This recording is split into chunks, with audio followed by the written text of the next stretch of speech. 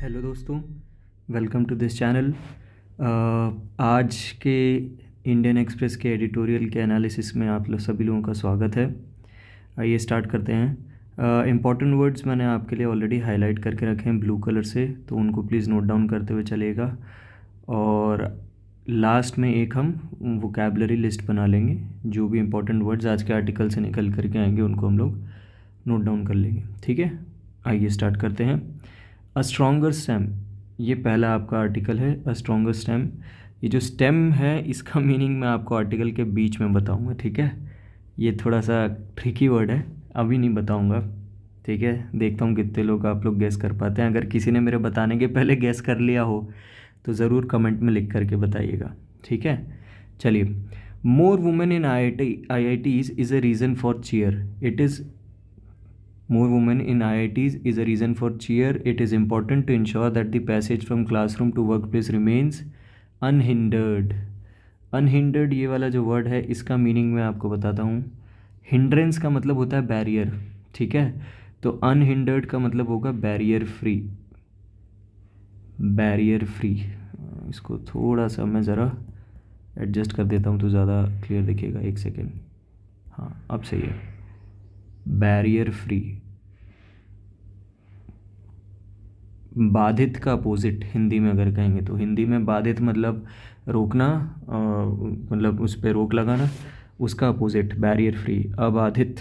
ठीक है, तो पहले वुमेन्स का IIT में जाना बाधित था, अब वो बैरियर फ्री हो चुका है, अनहिंडर्ड हो गया है क्योंकि उसमें रिजर्वेशन है। ठीक है, आइए आगे बढ़ते हैं। पूरे आर्टिकल में इसी के एनालिसिस है कि वुमेन्स का कैसे रिप्रेजेंटेशन होगा IITs में। The increasing representation of women in the Indian Institutes of Technology marks a pivotal moment. Pivotal, ये तो बहुत कॉमन वर्ड है, सुना भी हो सकता है आप में से काफ़ी लोगों ने, बट इम्पॉर्टेंट भी है। ठीक है, पिविटल का मतलब होता है क्रूशियल, इम्पॉर्टेंट। ठीक है, ज़रूरी। पिविटल का मतलब होता है क्रूशियल या इम्पॉर्टेंट। ठीक है, marks a pivotal moment in the journey towards greater inclusivity and gender equity in India's premier institution for higher education. It is also welcome affirmation. इसको अलग मतलब इसको ज़रा एक साथ पढ़ना। It is also welcome affirmation, वरना आपको लगेगा कि ये सेंटेंस थोड़ा सा अजीब सा है। इनको अलग अलग आप पढ़ के देखो, आपको अलग सा लगेगा। ठीक है, तो ये एक साथ यूज़ होने वाली चीज़ है। It is also welcome affirmation. It is also welcome affirmation for the larger and irreversible shift in the society that top-down institutional reforms can help make deeper and wider. ठीक है, तो ये एक वेलकम अफर्मेशन है भाई, irreversible change का society में जो आ रहा है। ठीक है, इंस्टीट्यूशंस में रिफॉर्म्स जो आ रहे हैं उसके लिए लिखा है। Data obtained by this newspaper under right to information act has revealed this 6 years since the implementation of supernumerary quota of 20% of women undergraduate engineering programmes. तो 6 साल हो गए, किस चीज़ को 6 साल हो गए, ये कह रहे हैं 6 years हो चुके हैं। किसको? एक कोटा लगाया था गवर्नमेंट ने, सुपर न्यूमररी कोटा। इसका मतलब मैं अभी आपको बताऊंगा। सुपर न्यूमररी कोटा जिसके तहत 20% सीट्स वुमेन के लिए रिजर्व करी जाएंगी। सुपर न्यूमररी का मतलब अब समझिए, तो इससे आप समझ जाएंगे। जैसे अलग अलग कोटा हैं, सपोज़ IIT में 1000 सीटें हैं। ठीक है, किसी IIT में 1000 सीट है, तो इस 1000 सीट के अलावा इससे हट करके अबव इट सुपर न्यूमररी, यानी ये 1000 सीटें तो रहेंगी प्लस इससे हट करके इसके ऊपर 20% ऑफ 1000 दैट इज़ 200। ये जो 200 सीटें होंगी ये सिर्फ़ और सिर्फ किसके लिए होगी? ये वुमेन के लिए होगी। ठीक है, और मज़े की बात सुनिए, ये जो 1000 सीट है इसका मतलब ये नहीं है कि ये मेल के लिए है। ये 1000 सीटें अनरिजर्व्ड हैं, यानी कि इसमें मेल और फीमेल दोनों ही आ सकती हैं। क्लियर हो गई बात? ये 1000 जो हैं that is not only for man, that is a general seat, it is for both male also और फीमेल ऑल्सो। बट स्पेसिफिकली 1000 के ऊपर 200 अलग से जो वुमेन के लिए अरेंज करी गई हैं सीटें by quota, that is called as supernumerary. तो सुपर न्यूमररी का मतलब क्या होगा? सुपर न्यूमररी का मतलब होगा एक्सेस, ज़्यादा। ठीक है, अलग से इसके ऊपर एक्सेस में। ठीक है। तो सुपर न्यूमरी का एक्चुअल अगर टेक्निकल मीनिंग देखोगे तो वह एक्सेस ही होता है, बट यहाँ पे किस कॉन्टेक्स्ट में वो यूज़ हुआ है मैंने आपको बता दिया, एक्सप्लेन कर दिया किस तरीके से रिजर्वेशन था। तो ये 6 साल पहले रिजर्वेशन आया था, बट इस न्यूज़पेपर के जो एडिटर हैं, जिन्होंने ये पूरा एडिटोरियल लिखा है, ऑथर हैं, उन्होंने ये राइट टू इन्फॉर्मेशन एक्ट का इस्तेमाल करके ये पूरा भी इसमें से इन्फॉर्मेशन निकाली है कि भाई कहाँ कहाँ कितने कितने परसेंट यूज़ हुआ है इन चीज़ों का। ठीक है, कहाँ कहाँ कितना कितना परसेंट यूज़ हुआ है इनका। चलिए आगे बढ़ते हैं। In undergraduate engineer programmes in which extra seats were created instead of reserving them within the existing pools, the IITs are witnessing a significant surge in female students at IIT Kanpur. The number of women rose from 908 in 2017 to 2124 in 2024. IIT Roorkee saw a 76.36% jump between 1920 and 24. IITs in Chennai, Mumbai, Guwahati and Kharagpur too saw a commensurate jump in the enrollment. Commensurate, इसका meaning note down कर लीजिएगा, important word है। कमेंस्टुरेट का मतलब होता है according to size, according to size, या एक वर्ड में मैं इसकी मीनिंग बताऊं तो प्रोपोर्शनेटली भी आप उसको मान सकते हो, कह सकते हैं प्रोपोर्शनेटली। ठीक है, तो यहाँ पे क्या कहना चाह रहे हैं, ये कहना चाह रहे हैं कि भाई कानपुर में 908 नंबर ऑफ़ फीमेल्स थी 2017 में, वो बढ़ कर के हो गई 2024 में आते आते तक। फिर IIT रूरकी में 76.36% जंप आया।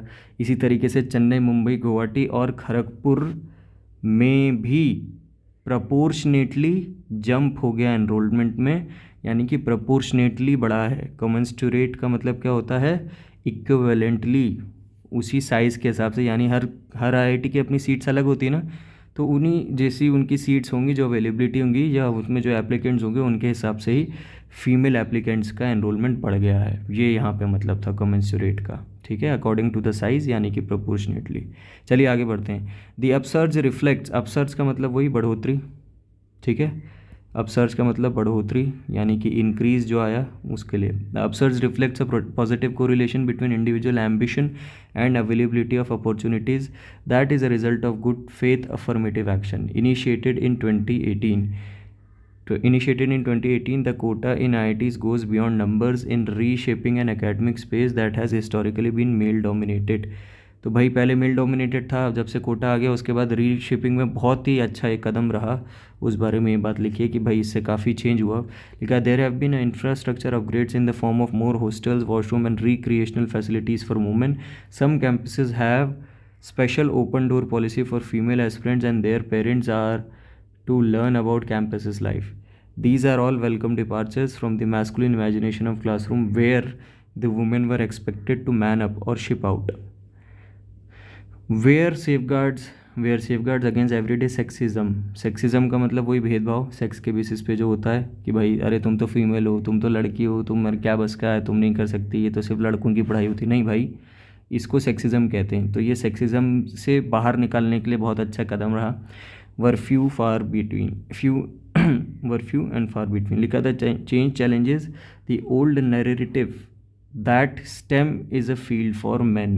तो ये मैंने आपसे कहा था शुरुआत में इस आर्टिकल के कि मैं आपसे बाद में इसका मीनिंग बताऊंगा। हो सकता है आप लोग ने अब तक गैस कर लिया हो, जिन लोगों ने गैस किया हो प्लीज़ वो कमेंट में ज़रूर बताइएगा कि उन लोगों ने कर लिया था। Narrative that the stem is a field for man. तो यहाँ पे जो स्टेम है ये एक शॉर्ट फॉर्म है। ये किसके लिए यूज़ किया गया है, बहुत ईजी है, आपको बताऊंगा तो आपको हंसी आएगी। स्टेम का मतलब है science, technology, engineering and mathematics. ठीक है, तो ये सब जो फील्ड हैं, टेक्निकल फील्ड्स इनको कहा जाता है। ठीक है, इनको ही शॉर्ट फॉर्म में स्टेम कहा जाता है, science, technology, engineering and mathematics. तो ये स्टेम जो फील्ड्स हैं ये क्या कही जाती हैं कि ये मेल के लिए। नहीं भाई, इस ओल्ड नैरेटिव को चेंज कर दिया गया है। पहले यही कहा जाता था कि भाई ये सिर्फ मेल के लिए, फीमेल्स के लिए नहीं है, लेकिन अब इसको चेंज कर दिया गया है। क्यों? क्योंकि ये कोटा सिस्टम आ गया है जो सीट्स रिज़र्व कर दी हैं फीमेल्स के लिए। लिखा है and signals a future where women's voices ideas and innovations will be indispensable in shaping the country's intellectual and technological future. तो अब भाई क्योंकि फीमेल्स भी आ रही हैं आईटी में, उनको भी रिजर्वेशन मिल चुका है, उनके लिए भी सीट्स हैं, तो अब उनके जो आइडियाज़ होंगे वो बहुत ही इंडिस्पेंसिबल बोले तो ज़रूरी हैं भाई देश के डेवलपमेंट के लिए। इंडिस्पेंसिबल, एसेंशियल, ठीक है, इसको नोट डाउन कर लेना, इसका मीनिंग एसेंशियल। तो वो भी अब भागीदारी बनेंगी इंडिया की ग्रोथ में, जो कि एसेंशियल था और है, ठीक है, जिनका नॉलेज हो, किनका, फीमेल्स का। लिखा है फिर आगे आ जाइए, given that of the total enrolled students in engineering and technology according to all India survey on higher education 21-22 women still comprise only 11.3 lakhs. तो भाई आज की डेट में फीमेल्स कितनी थी लास्ट सर्वे के हिसाब से? 11.3 लैक्स, जो कि आदमियों के मुकाबले काफ़ी कम है, दैट इज़ 27.6 लैक्स। कहाँ? अंडर ग्रेजुएट प्रोग्राम्स में। अंडर ग्रेजुएट प्रोग्राम्स में मेल की पॉपुलेशन ज़्यादा है फीमेल के मुकाबले। It is crucial to bridge the gap, ये बहुत ज़रूरी है कि भाई ये दूरियों को ख़त्म किया जाए, दोनों के बीच में बराबरी का होना चाहिए। लेकिन मेडिसिन में आप देखेंगे कि दोनों बराबर है, लिखा है but as with medicine where every 100 man there were 100 women's enrolled in the medical colleges in India in 2021। तो 2021 में भाई जितने 100 आदमी थे मेडिकल फील्ड में, उतने ही 100 औरतें भी थी, यानी 100 फीमेल्स भी थी। तो बराबरी का ही रेशो रहा। The increase presence of women in IITs can only be counted as a job well begun. It underscores the need for greater systemic support to ensure the progress of women does not stall. Stall का मतलब रुक ना जाए भाई, stall का मतलब खड़े हो जाना, रुक जाना। Does not stall, that the passage from the classroom to work place begin remains unhindered. Unhindered अभी मैंने बताया था शुरुआत में, फिर से बाधित ना होना, अबाधित ही रहे, रुक ना जाए, ऐसे अनहिंडर्ड चलता रहे, कोई बाधा ना आ जाए इस चीज़ में। किस चीज़ में? क्लासरूम से वर्क प्लेस तक। कहने का मतलब फीमेल्स क्लासरूम से वर्क प्लेस तक वैसे ही पहुँचे जैसे अभी पहुँच रही हैं, बीच में कोई बाधा उत्पन्न ना हो जाए जिससे वो क्लासरूम तक तो जाए, स्कूल तक की पढ़ाई करें, लेकिन उसके आगे IITs में ना पहुँच पाएँ, वो चीज़ नहीं होनी चाहिए। लिखा the focus must now shift to ensuring that the IITs continue to create an environment where women can thrive. Common word है thrive, free from biases. Thrive का मतलब होता है, आप लोगों को सर्वाइव वर्ड का मतलब पता है? सर्वाइव का मतलब होता है जीना, टुकड़ों पे जीना या जैसे तैसे, मतलब अपना सर्वाइवल इंश्योर करना, ठीक है। सर्वाइव उसका ही अपर वर्जन है थ्राइव। थ्राइव का मतलब होता है हैप्पीली लिविंग या हैप्पीली सर्वाइविंग, खुशी खुशी जीना, ठीक है, हैप्पीली सर्वाइविंग। तो वुमेन्स थ्राइव कर पाएँ कहाँ? जहाँ पे उनके खिलाफ बायसेस ना हो, यानी पक्षपात ना हो, और वो इक्विप्ड हों काय से?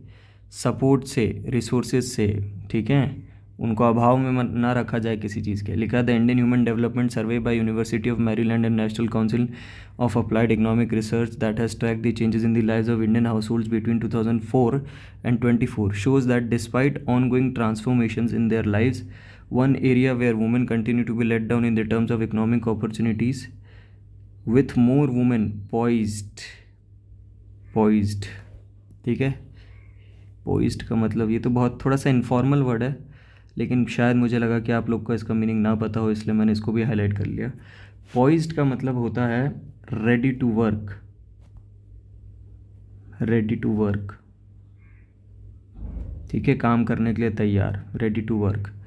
तो विथ मोर वुमेन्स पोइज्ड यानी ज़्यादा फीमेल्स काम करने के लिए तैयार हैं, वर्क फोर्स में जुड़ने के लिए तैयार हैं। अब it is the time to ensure, यानी अब ये समय है कि जेंडर न्यूट्रल पॉलिसीज़ आएँ, यानी कि जेंडर तो आपके लिंग के आधार पे कोई भी पॉलिसी नहीं होनी चाहिए, लिंग रहित पॉलिसीज़ बनाई जाएँ, ठीक है।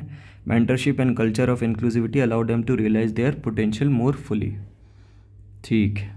तो ये आपका पूरा आर्टिकल हो गया। कुल मिलाकर के इस पूरे आर्टिकल में तारीफ़ करी गई है किस चीज़ की? जो रिजर्वेशन सिस्टम आया था 6 साल पहले IITs में, तो उसको और बढ़ावा दिया जाए, यही कहा गया है कि अब उस चीज़ को और कंसिडर किया जाए, जनरल न्यूट्रल पॉलिसीज़ बनाएं। तो ये आपका पहला आर्टिकल हो गया, ठीक है। This was the first article of Indian express. आइए सेकंड आर्टिकल देखते हैं एडिटोरियल में से, रीडिंग द फॉल। ये तो पूरा आपका आर्टिकल जो है बड़ा इंटरेस्टिंग है। स्टॉक मार्केट के आर्टिकल मुझे बहुत इंटरेस्टिंग लगते हैं, ये स्टॉक मार्केट के बेसिस पे। अभी कल की बात है, पूरा स्टॉक मार्केट एकदम रेड कलर का, आप सभी को पता है ये चीज़। स्टॉक मार्केट पूरा रेड कलर का हो गया, यानी कि अच्छी खासी गिरावट देखी गई है स्टॉक मार्केट में। तो उस चीज़ के ऊपर ये आपका पूरा आर्टिकल बेस है। आइए साथ साथ में पढ़ते हैं, इंपॉर्टेंट वर्ड्स को नोट डाउन करते हुए चलिएगा। लिखा है stock markets were weighed down by global domestic factors for investors to reassess the position. भाई इन्वेस्टर्स को अब वापस से अपनी पोजीशन को ठीक ठाक दिमाग लगा के सही कर लेना चाहिए। For more clarity is needed, है ना। अभी और कुछ साफ नहीं हो पा रहा कि किस वजह से स्टॉक मार्केट नीचे गिरा है, अभी और क्लैरिटी चाहिए उसमें। On Monday stock markets crashed with BSE Sensex ending the day down 1.6%. The Indian markets were however not outlier. Outlier का मतलब होता है अकेले नहीं गिरने वाला, मतलब सिर्फ इंडिया का ही स्टॉक मार्केट नहीं गिरा है, और भी स्टॉक मार्केट्स गिरे हैं। तो यहाँ लिखा ना हाउएवर नॉट एन आउटलायर, यानी कि इंडिया का मार्केट ही कोई एक्सेप्शन नहीं है, नॉट बीइंग एन एक्सेप्शन। ठीक है, तो आउटलायर का मतलब एक्सेप्शन आप कह सकते हो, भीड़ से अलग। भीड़ से अलग नहीं था इंडिया का स्टॉक मार्केट, बाकी स्टॉक मार्केट्स भी गिरे हैं। Some of the other Asian markets also witnessed weakness. भाई और भी एशियन मार्केट्स में कमज़ोरी देखने को मिली। कब? मंडे को। द निकी कहाँ का है पता है ना आपको? ये तो पता ही होगा, फिर भी मैं बता देता हूँ थोड़ा सा। निकी जो आपका इंडेक्स है, ये स्टॉक मार्केट इंडेक्स जापान का है। ठीक है, the Nikkei index was down by 1.5%, while Hang Seng fell, Hang Seng आपका सिंगापुर का है, fell by 0.4% in Indian markets. In the Indian markets, the selling pressures were broad-based, not just limited to larger companies. The BSE Mid-Caps Index fell by 2.4%, while the Small Cap Index declined by more than 3%. तो broad-based का मतलब क्या हुआ कि भाई कोई एक sector में ही गिरावट नहीं आई, तीनों सेक्टर में गिरावट आ गई। कहाँ कहाँ गिरावट आई? आपकी लार्ज कॉरपोरेट्स भी गिरे, यानी लार्ज कंपनीज में गिरी, मिड कैप कंपनीज यानी कि बीच वाली वो भी गिर गई, और स्मॉल कैप्स जो छोटी कंपनीज हैं वो भी गिरी। तीनों की तीनों फॉल हुए, तीनों सेक्टर फॉल हुए। तो ब्रॉड बेस हो गया, मतलब पूरा ही मार्केट कवर हो गया। इसमें से कोई एक ही अगर गिरता तो वो ब्रॉड बेस्ड फॉल नहीं कहलाता। फिर आगे आ जाओ, लिखा है निफ्टी VIX। ये थोड़ा सा टेक्निकल नॉलेज है, आई गेस आपको पता होगा, अगर नहीं पता तो इसको भी अपने जहन में उतार लीजिएगा, आगे कभी काम आएगा। टेक्निकल वर्ड्स हैं, एग्ज़ाम में आ सकते हैं कई बार। निफ्टी VIX का मतलब होता है volatility index. Volatility index, volatile market और नॉन वॉलेटाइल मार्केट, ये टेक्निकल टर्मिनोलॉजी है। ठीक है, मतलब आप इसको अगर मैं आसान भाषा में समझाने की कोशिश करूं तो ये आप समझ लो, ये मार्केट की फ्लेक्सिबिलिटी के बारे में बताता है कि मार्केट कितना ज़्यादा ऊपर नीचे होता है। ठीक है, जितना ज़्यादा अप्स एंड डाउन्स आएंगे उतना वॉलेटाइल मार्केट होगा, और जितना कम अप डाउन्स आएंगे, जितना ऐसा स्टेबल चलेगा मार्केट, उतना ही कम वॉलीटिलिटी होगी मार्केट में। ठीक है, उतनी ही कम वॉलीटिलिटी होगी मार्केट में। आई गेस मैं आपको समझा पाया हूँ। लिखा था Nifty volatility index a fear gauge. Gauge का मतलब इंस्ट्रूमेंट होता है जिससे किसी चीज़ को नापा जाता है। Was up 15.6%, 15.6%। The triggers for the fall appear to be both global and domestic. भाई दोनों, राष्ट्रीय अंतर्राष्ट्रीय दोनों मार्केट ही नीचे गिरे, दोनों के ही ट्रिगर्स थे। On the global front investors are apprehensive common word है, शायद आप लोगों को पता हो। अप्रेहेंसिव का मतलब होता है डरे हुए, फ्राइटन। तो इन्वेस्टर सारे डरे हुए हैं, ठीक है, निवेशक सारे डरे हुए हैं, इस वजह से तो मार्केट गिर रहा है। सब अपना अपना पैसा, जब भी इन्वेस्टर डरता है वो सारे अपने पैसे बाहर निकाल लेता है मार्केट में से, और जैसे ही वो पैसे बाहर निकालना चालू करते हैं मार्केट में से, मार्केट नीचे गिरने लगता है। सीधा सा फंडा। तो सारे इन्वेस्टर्स डरे हुए हैं, ये बात समझ में आई है। लेकिन कैसे डरे हैं, क्या है? तो एक पॉसिबल रीज़न ये समझ में आ रहा है, कि US की जो पॉलिसी है ये अभी तक सामने नहीं आई। डोनाल्ड ट्रंप अभी नए प्रेसिडेंट बने हैं 20 जनवरी को और उनने अभी तक पॉलिसी नहीं निकाली है, क्योंकि भाई बहुत अभी मार्केट में अफवाहें चल रही हैं टैरिफ्स को लेकर के, कि भाई ट्रंप यहाँ टैरिफ लगा देंगे, ये कर देंगे, वो कर देंगे। इस चीज़ में थोड़े से डरे हुए हैं इन्वेस्टर्स। लिखा है concerns over the possibility of higher tariffs. Tariff का मतलब तो पता ही होगा, टैरिफ का मतलब होता है इंपोर्ट और एक्सपोर्ट के ऊपर जो ड्यूटी लगती है, ठीक है, आयात और निर्यात के ऊपर जो सरकार टैक्स लेती है यानी कि ड्यूटी लेती है, उसको ही टैरिफ कहा जाता है। ठीक है। वे हैवी, तो भाई टैरिफ की पॉसिबिलिटी ज़्यादा है कि ज़्यादा टैक्स लगा देगी यूएस। अब ज़्यादा टैक्स लग गया तो ऑब्वियस सी बात है इन्वेस्टर्स का प्रॉफिट कम होगा, प्रॉफिट कम होगा तो वो डरते हैं, इसलिए फिर वो अपना पैसा निकाल लेते हैं। The policy stance of US Fed is equal concern. अब यूएस फेड क्या होता है, तो ये यूएसए का, जैसे भारत का एपेक्स बैंक यानी कि सेंट्रल बैंक आरबीआई होता है, वैसे यूएसए का सेंट्रल बैंक होता है यूएस फेडरल रिजर्व बैंक या फेडरल बैंक ऑफ यूएसए। ठीक है। तो अभी यूएस की फेडरल पॉलिसी भी आनी है, जो उसकी बैंक की पॉलिसी होगी, जैसे इंडिया की बैंक की मॉनेटरी पॉलिसी होती है। ठीक है। मॉनेटरी पॉलिसी कमेटी एमपीसी वो आरबीआई की मॉनेटरी पॉलिसी लाती है, वैसे यूएस की भी फेडरल बैंक अपनी पॉलिसी लाते हैं। तो वो अलग चलती है ना, वो गवर्नमेंट से अलग चलती हैं, स्टैट्यूटरी बॉडीज़ होती हैं independent of the government policies. ठीक है। तो वो दोनों में ही अभी कुछ क्लैरिटी नहीं है कि भाई इसकी पॉलिसी में क्या निकल के आएगा और वो टैरिफ कितना लगाएंगे ट्रंप साहब। इस वजह से ही थोड़ा सा अभी डरे हुए investors. The first meeting of the Fed which was held later this month will provide greater clarity on how its monetary policy is likely to be.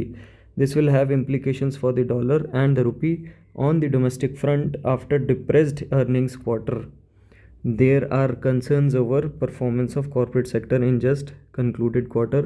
While some are hopeful of a bounce back, others are circumspect. तो भाई अभी दोनों quarter इतने अच्छे नहीं बीते भारतीय stock market के लिए। डिप्रेस्ड अर्निंग्स का मतलब बेकार अर्निंग्स हुई जुलाई सितंबर वाले क्वार्टर में भी, और जो लास्ट क्वार्टर बीता यानी अक्टूबर दिसंबर वाला, इसमें भी कॉर्पोरेट सेक्टर ने कुछ खास ऐसा अच्छा परफॉर्म नहीं किया, इनके परफॉर्मेंस के ऊपर कंसर्न्स रेज हो गई। ठीक है। तो कुछ लोग एक्सपेक्ट क्या कर रहे हैं कि बाउंस बैक होगा यानी कि स्टॉक मार्केट वापस से ऊपर होगा, और अदर्स सरकमस्पेक्ट कर रहे हैं। सरकमस्पेक्ट करने का मतलब होता है बीइंग अलर्ट। ठीक है। अलर्ट रहना मतलब कोई कंक्लूजन नहीं निकालना, ये सिर्फ अवेयर हैं, देख रहे हैं कि अभी क्या होगा, ऊपर नीचे क्या चीज़ें निकल के आएंगी। ठीक है। अलर्ट रहना या क्रिटिकल एकदम सोच के रखना, क्रिटिकल थिंकिंग। ठीक है। Expecting earnings to be subdued, expecting earnings to be subdued, ये थोड़ा सा इनफॉर्मल वर्ड कह सकते हो आप। सबड्यूड का मतलब होता है not so good, not so good. कोई बहुत ज़्यादा अर्निंग्स नहीं हो जाएगी, हाँ ठीक ठाक रहेगी, थोड़ी बहुत, मतलब थोड़ी बहुत हो गई तो हो गई, नहीं तो नहीं हुई, इस टाइप से। तो कुछ लोग ये एक्सपेक्ट कर रहे हैं कि भाई उनकी अर्निंग ज़्यादा भी ऊपर नीचे नहीं होगी, एकदम ही ज़्यादा अमीर नहीं हो जाएंगे वो लोग। लिखा है there is a view that after a slump, भाई स्लम्प का मतलब होता है गिरावट। ठीक है। इसका मीनिंग लिख लेना आप लोग, फॉल, गिरावट। स्लम्प का मतलब क्या होता है, फॉल, गिरावट। In the second quarter the economic momentum has picked up, what is less clear is the extent of pickup. Second quarter में भाई ऊपर गया ऐसा मान रहे हैं कि दूसरे क्वार्टर में कि ऊपर तो जाएगा स्टॉक मार्केट, लेकिन कितना जाएगा ये नहीं पता, ये क्लियर नहीं है। Government spending also remains weak, भाई सरकारी खर्चा भी कम हो रहा है, सरकार का पैसा खर्च कम करती है तो ऑब्वियस सी बात है स्टॉक मार्केट पे तो उसका असर पड़ता है, क्योंकि जितना ज़्यादा गवर्नमेंट खर्चा करती है उतना ही ज़्यादा लोगों के पास पैसा आता है, और जितना पैसा लोगों के पास आता है उतना ही स्टॉक मार्केट बढ़ता है। ठीक है। ये पूरी इकोनॉमिक्स की साइकिल है। The centre's capital expenditure which has been a key driver for growth in recent years has been waning. ठीक है। इम्पॉर्टेंट वर्ड है। वेनिंग का मतलब होता है फॉल करना, वीक करना, वीक, वीकनिंग, कमज़ोर पड़ जाना। ठीक है। या घट जाना, डिक्रीज़ कर जाना। तो गवर्नमेंट का जो कैपिटल एक्सपेंडिचर है वो भी कमज़ोर पड़ा है, घटा है, वही वर्ड यहाँ यूज़ हुआ है, waning. During April number it was actually 12% lower than the last year. The foreign investors appear circumspect, अभी बताया सर्कमस्पेक्ट का मीनिंग अलर्टनेस। ठीक है। In the first few days of the new year foreign portfolio investors यानी कि FPI have been sellers with net investment of -$836 million. यानी कि भाई अभी नए साल के शुरुआती दिनों में जो फॉरेन इन्वेस्टर्स थे उन्होंने तो, सेलर्स का मतलब होता है उन्होंने अपना स्टॉक्स बेचा, उन्होंने अपने माल बेचे और पैसा बाहर निकाल लिया, क्योंकि बाहर निकाल लिया तो हमारी कंट्री से पैसा बाहर गया, इसलिए माइनस में ये चीज़ दिखाई है, -$836। Some report suggest that investors may have also been spooked. Spooked ये भी इनफॉर्मल इंग्लिश का वर्ड है, स्पूक्ड। स्पूक का मतलब होता है डरना। ठीक है। स्पूक का मतलब होता है डरना।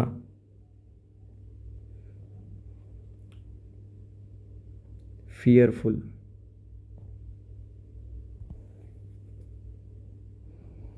Clarity on some of these issues will emerge over the next few weeks, prompting investors to reassess their positions alongside how upcoming union budget and the February meeting of the Monetary Policy Committee provide support to the economy will also influence the sentiment. तो कुल मिलाकर के अभी budget आएगा और MPC यानी कि monetary policy committee जो भी मॉनेटरी पॉलिसी बनाएगी उसके बेसिस पे भी स्टॉक मार्केट पे फ़र्क पड़ेगा। यही कंक्लूजन निकल करके आ रहा है भारतीय स्टॉक मार्केट के लिए।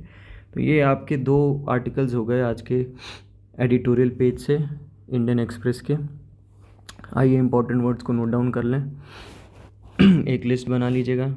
आप लोग से एक रिक्वेस्ट है कि एक छोटी सी ऐसे पतली सी नोटबुक आती है ना 100-200 पेज वाली, वो नोटबुक आप लोग एक बना लीजिए। डेली के आर्टिकल्स में से उसमें से आप वर्ड्स नोट डाउन करते हुए चला करिए, वो ज़्यादा बेटर रहता है।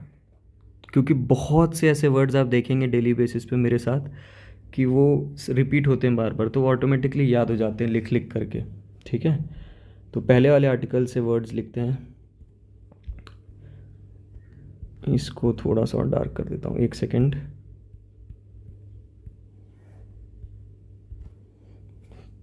तो पहला वर्ड हो गया अनहिंडर्ड। Unhindered, barrier free. ठीक है, बैरियर फ्री। जो लोग हिंदी में लिखना चाहते हैं वो इसके नीचे हिंदी में भी लिख सकते हैं। अबाधित, बाधित का अपोजिट अबाधित।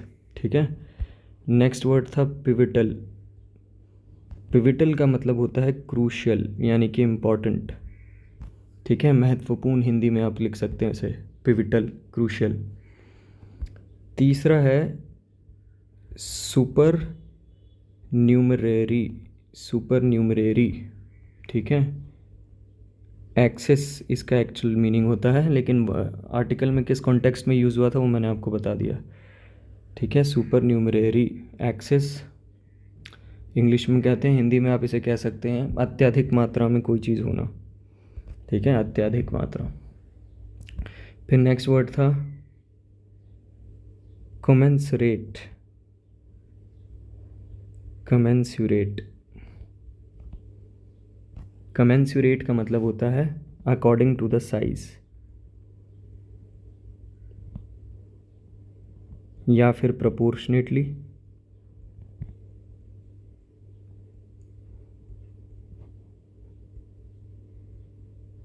हिंदी वाले लिख सकते हैं सेम आकार का या उसी मात्रा में, बराबर। ठीक है, उसी अनुपात में। ठीक है, ये हिंदी वालों के लिए हो जाएगा। पांचवा आपके लिए इंडिस्पेंसेबल। इंडिस्पेंसेबल, इंडिस्पेंसेबल का मतलब होता है एसेंशियल। हिंदी वाले लिख सकते हैं महत्वपूर्ण, सेम। ठीक है, इंडिस्पेंसेबल महत्वपूर्ण। थ्राइव या आवश्यक भी लिख सकते हैं, इंडिस्पेंसेबल का मतलब आवश्यक। ठीक है, थ्राइव, थ्राइव का मतलब होता है हैप्पीली सर्वाइविंग।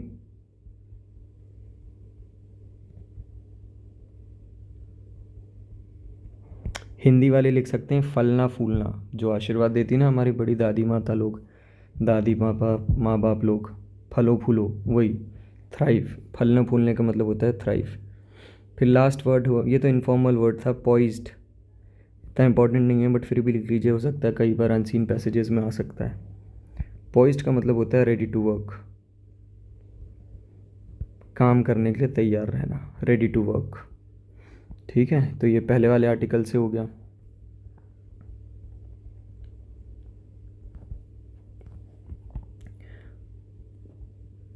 आर्टिकल नंबर 2, पहला इंपॉर्टेंट वर्ड है एप्रीहेंसिव।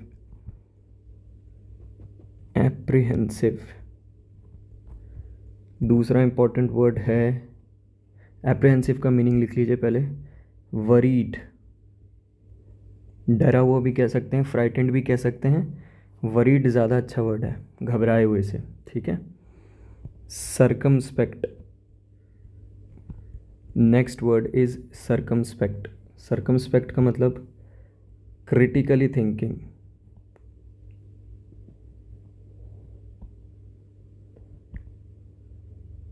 या एक काम करो, क्रिटिकली थिंकिंग ना लिखो, आप लिखो अलर्ट। ठीक है, अलर्ट रहना, अलर्ट रहना, अवेयर रहना। हिंदी में लिखने वाले लिख सकते हैं चौकन्ना रहना। ठीक है, चौकन्ना। सबड्यूड, सबड्यूड का मतलब होता है not so bright, not so bright. ठीक है, नॉट सो ब्राइट। हिंदी वाले इसका लिख सकते हैं क्या ही लिखोगे, लिख लो भाई कि मतलब इसका एग्जैक्ट वर्ड मुझे भी नहीं समझ में आ पा रहा, क्या बताऊँ मैं। नॉट सो ब्राइट का मतलब ज़्यादा कुछ रिटर्न नहीं आएगा प्रॉफिट्स में। ठीक है, मद्धा मद्धा। ठीक है, मद्धा मद्धा रिटर्न आना। फिर अगला इनफॉर्मल वर्ड है ये तो, स्पूक्ड। स्पूक्ड का मतलब होता है डरा हुआ, फ्राइटन या फियरफुल। ठीक है, फ्राइटन या फियरफुल। तो ये हो गए भाई आपके द इंडियन एक्सप्रेस के 2 एडिटोरियल आर्टिकल्स इम्पोर्टेंट वाले हमने डिस्कस करें। और प्लीज़ अगर आपको ये एक्सप्लेनेशन और एनालिसिस पसंद आई है तो ज़रूर लाइक कीजिएगा और कमेंट्स में ज़रूर बताइएगा। ठीक है, आंसर्स सारे। और याद रखिएगा इस चैनल पे सुबह हम लोग हिंदू के एडिटोरियल एनालिसिस करते हैं। सुबह 10 बजे के पहले पहले कभी भी हिंदू एनालिसिस का आपको वीडियो मिल जाएगा। कोशिश मेरी रहती है कि 8 बजे से पहले डाल दूँ, बट मेरे को भी काफ़ी कुछ काम रहता है तो वो हो नहीं पाता, कई बार क्लासेस वगैरह लेनी होती हैं। कोशिश मेरी रहेगी ज़रूर मैं इसको 8 बजे के पहले डाल दूँ, बट अगर 8 के पहले नहीं डल पाएगा तो किसी भी हाल में 10-11 के पहले पहले डल ही जाता है। ठीक है, तो हिंदू का एडिटोरियल एनालिसिस होता है सुबह, शाम के वक्त हम लोग इंडियन एक्सप्रेस का एनालिसिस करते हैं। इंडियन एक्सप्रेस, ठीक है, यहाँ कोशिश रहती है 4 बजे से पहले पहले, 4 बजे के पहले पहले। ठीक है, तो ज़रूर जुड़िएगा और स्पेसिफिक प्लेलिस्ट बना दी गई हैं, वहाँ से आप एक्सेस कर सकते हैं। Thank you so much for being such a patient listener and please like, share and subscribe. Thank you so much.